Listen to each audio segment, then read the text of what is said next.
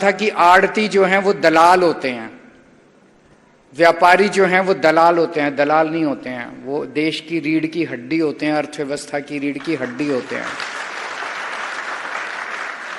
एक तरफ किसान और मजदूर है जो फसल उगाता है, और दूसरी तरफ व्यापारी हैं जो उसको डिस्ट्रीब्यूशन पूरे देश के अंदर डिस्ट्रीब्यूट करते हैं।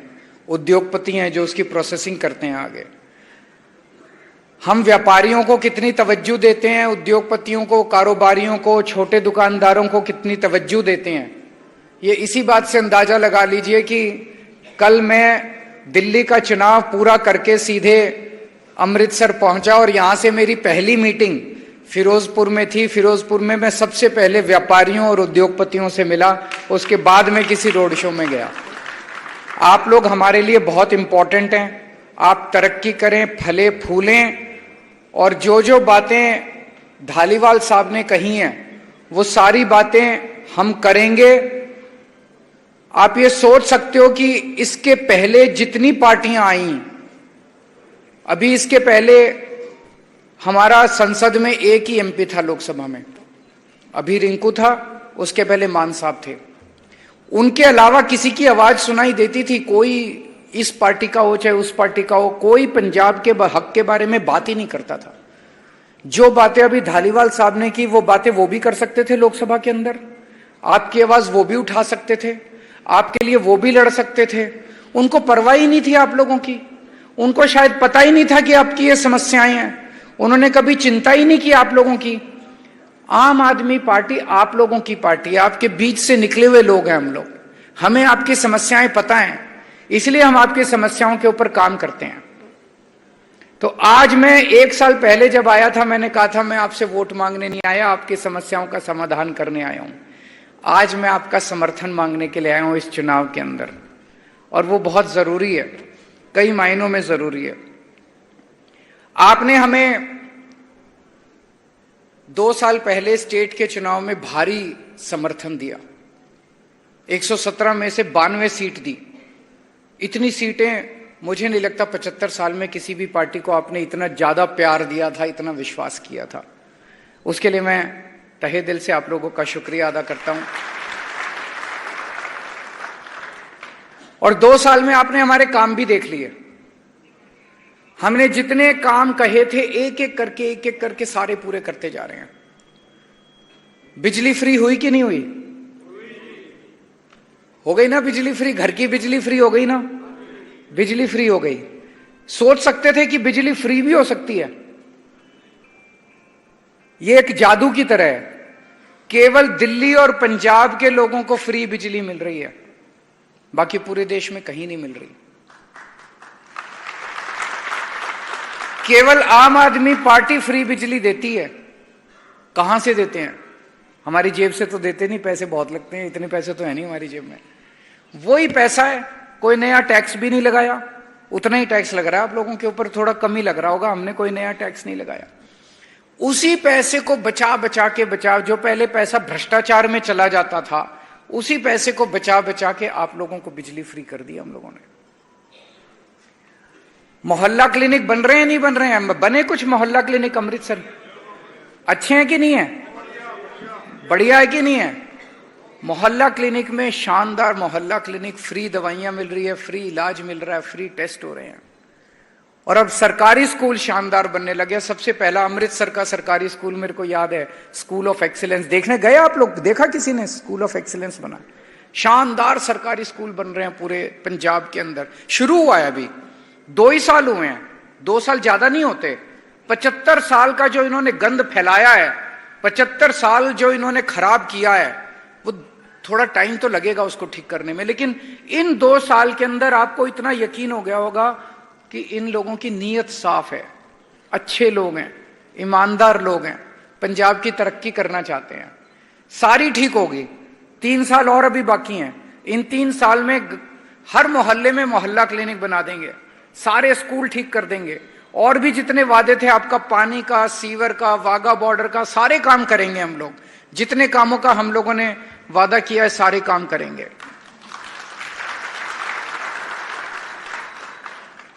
लेकिन आप लोगों का और साथ चाहिए हम लोगों को। वो होता है ना कि ये दिल मांगे मोर। आपने हमें स्टेट में 92 सीट दे दी, अब सेंटर में हमारी ताकत बढ़ाओ, सेंटर में आम आदमी पार्टी के मान साहब के हाथ मजबूत करो, तो सेंटर के जितने मसले हैं उन मसलों को भी हल करने में हमें मदद मिलेगी। सेंटर ने हमारे फंड रोक दिए, 9,000 करोड़ रुपया पंजाब का सेंटर ने रोक दिया, दे नहीं रहे। उसमें 5,500 करोड़ रूरल डेवलपमेंट फंड का पैसा है, उसमें नेशनल हेल्थ मिशन का पैसा है। ये रूरल डेवलपमेंट फंड का जो पैसा है, ये गांव गांव के अंदर इससे सड़कें बननी थी, इन्होंने पैसा रोक लिया। आप सोचो 5,500 करोड़ आ जाता तो गांव गांव में कितनी सड़कें बन सकती थी। नेशनल हेल्थ मिशन का पैसा आ जाता तो कितने और मोहल्ला क्लिनिक बन सकते थे। तो ये गुंडागर्दी तानाशाही मचा रखी है इन लोगों ने।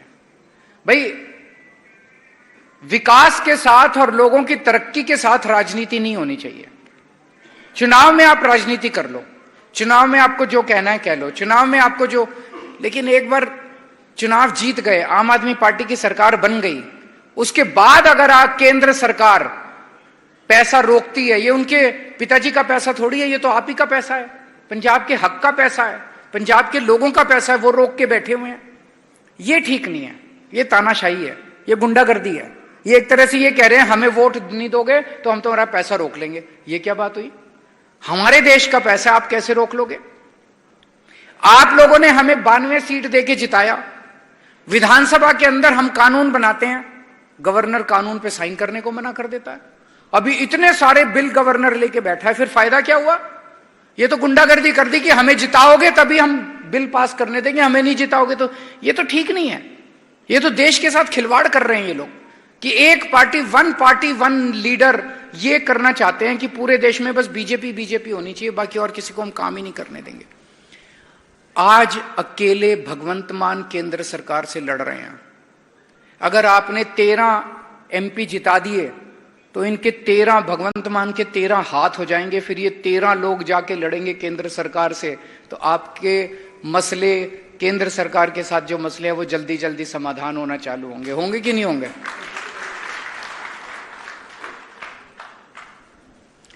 अभी इतनी तानाशाही मचा, इन्होंने मेरे को गिरफ्तार कर लिया, कहते हैं केजरीवाल भ्रष्टाचारी है। मेरा तो एक ही प्रश्न है, बिजली फ्री करने वाला भ्रष्टाचारी है कि बिजली महंगी करने वाला भ्रष्टाचारी है? अगर मैंने भ्रष्टाचार करना होता तो आपकी बिजली फ्री थोड़ी करता। जैसे इन लोगों ने भ्रष्टाचार कर करके सारा पैसा खा गए, मैंने पैसा बचा बचा के दिल्ली में भी बिजली फ्री कर दी, पंजाब में भी बिजली फ्री कर दी, मोहल्ला क्लिनिक खोल दिए, स्कूल खोल दिए, सड़कें बना दी, दिल्ली के अंदर पानी का सीवर का इंतजाम कर दिया। कोई भी भ्रष्टाचारी आदमी काम नहीं करता। 16 मार्च को इलेक्शन कमीशन ने देश के चुनाव डिक्लेयर करे, 21 मार्च को इन्होंने मेरे को गिरफ्तार कर लिया। तो भ्रष्टाचार में थोड़ी गिरफ्तार किया, उनको यह डर था कि केजरीवाल अगर पूरे देश में घूम घूम के प्रचार करेगा तो इनकी सीटें कम हो जाएंगी, इसलिए मेरे को अंदर किया। ये तो भला हो, सुप्रीम कोर्ट का धन्यवाद करते हैं हम। सुप्रीम कोर्ट ने कहा जा केजरीवाल 21 दिन प्रचार कर ले, तो मैं पूरे देश में घूम घूम के प्रचार कर रहा हूं। पाकिस्तान के अंदर आपने देखा क्या हुआ। पाकिस्तान में उन्होंने इमरान खान को जेल में डाल दिया, उसकी पार्टी छीन ली, उसका सिंबल छीन लिया और फिर चुनाव करवाया। उसके बावजूद भी इमरान खान को इतने वोट मिल गए, इतनी सीटें मिल गई, उसके हर कैंडिडेट अलग अलग सिंबल पे लड़ा। मोदी जी इंडिया में भी उन्होंने यही करना चालू कर दिया। महाराष्ट्र में एनसीपी के 2 टुकड़े कर दिए, उनका सिंबल छीन लिया, उनकी पार्टी छीन ली और कहते हैं आ जाओ अब चुनाव करते हैं। शिवसेना के 2 टुकड़े कर दिए, उनकी पार्टी छीन ली, उनका सिंबल छीन लिया, कहते हैं आ जाओ अब चुनाव लड़ते हैं। मेरे को गिरफ्तार कर लिया, हमारे मनीष सिसोदिया को गिरफ्तार कर लिया, सत्येंद्र जैन को गिरफ्तार कर लिया, संजय सिंह को गिरफ्तार कर लिया, कहते हैं आ जाओ अब चुनाव लड़ते हैं। झारखंड में हेमंत सोरेन को गिरफ्तार कर लिया, कहते हैं आ जाओ चुनाव लड़ते हैं। बांग्लादेश में शेख हसीना ने सारे विपक्षियों को जेल में डाल दिया और फिर चुनाव कराया। रशिया के अंदर पुतिन ने सारे विपक्षी नेताओं को जेल में डाल दिया, कईयों को मरवा दिया और फिर चुनाव कराया। 87% वोट मिल गए। क्या आप ऐसा भारत चाहते हो जिसमें एक ही पार्टी बचे और एक ही नेता बचे? आज हम लोग लड़ रहे हैं, मैं लड़ रहा हूं इन लोगों के साथ, संघर्ष कर रहा हूं, तन मन धन से लगा हुआ हूं, लेकिन मेरे अकेले के करने से तो नहीं होगा ना। जब तक आप लोग खड़े होकर इनका विरोध नहीं करोगे। 140 करोड़ लोगों का साथ चाहिए इस देश को बचाने के लिए। दोस्तों, अगर तानाशाही, कल अमित शाह जी आए थे, लुधियाना आए थे, शायद लुधियाना आए थे, आपने सुना उनका स्टेटमेंट? किस किसने वो वीडियो देखा अमित शाह जी का? कल वीडियो अमित शाह जी धमकी दे के गए हैं। पहले तो पंजाबियों को खूब गालियां दी उन्होंने, देखना उनका पूरा जो भाषण दे के गए हैं, खुल के गालियां दी उन्होंने पंजाब के लोगों को, और फिर धमकी दे के गए हैं 4 जून के बाद पंजाब की सरकार गिरा देंगे, 4 जून के बाद भगवंत मान मुख्यमंत्री नहीं बचेंगे। कैसे? 92 सीट है यार, कैसे गिरा दोगे? तानाशाही मचा रखी है। वो खुल के कह रहे हैं कि हम तुम्हारे विधायक तोड़ लेंगे, एमएलए तोड़ लेंगे, हम उनको डरा देंगे, ईडी लगा देंगे, सीबीआई लगा देंगे, पैसे से खरीद लेंगे। देश का गृह मंत्री खुल के कह रहा है, कल वीडियो देखना आप लोग, उसमें कह रहे हैं 4 जून के बाद पंजाब की आम आदमी पार्टी की सरकार गिरा देंगे, भगवंत मान उसके बाद मुख्यमंत्री नहीं बचेंगे। मैं उनको कहना चाहता हूं, पंजाबी दिल के बहुत बड़े होते हैं, प्यार से मांग लेते, आपको 1-2 सीट दे देते। धमकी मत दो अमित शाह जी पंजाब के लोगों को, धमकी मत दो, नहीं तो फिर पंजाबी जब खड़े हो जाते हैं ना, आपका पंजाब में घुसना मुश्किल कर देंगे पंजाब के लोग। याद करो जिस तरह से इन्होंने किसान आंदोलन के साथ किया था। किसान आंदोलन, किसान क्या कह रहे थे? हमें दिल्ली जाना है। दिल्ली तो इस देश के लोगों की है, देश की राजधानी है, 140 करोड़ लोगों की है दिल्ली, दिल्ली इनके पिताजी की थोड़ी है। इन्होंने दिल्ली नहीं जाने दिया किसानों को, कीलें लगा दी सड़क के ऊपर, बुलडोजर लगा दिए, बड़े बड़े बोल्डर लगा दिए सड़क के ऊपर, दिल्ली के अंदर नहीं घुसने दिया। जो हमारे किसान भाई हैं, खेतों में काम करते हैं, उनकी भी काम चलता रहेगा। जो कई कारखाने में काम करते हैं, जो सिविल सर्वेंट हैं, अधिकारी, उनको भी। पर ये जो बेचारे रोज अपना धंधा चला के थोड़ा पैसा कमा के फिर वो मनी लेंडर से जाके 18-19% पे ब्याज पे वो पैसा बोरो करते थे, अगले दिन उसका व्यापार करने के बाद उसको लौटाते थे, तो ये सब कर्जा में पड़ गए, बहुत भारी कर्ज में पड़ गए। 1 मिनट यार, वो बहुत भारी योजना शुरू की, वो एकदम ही प्रधानमंत्री जी को ख्याल आया तो उन्होंने कहा कि हम ऐसी कोई योजना शुरू करें जिनसे इनको महामारी के दौरान कुछ सुविधा मिले।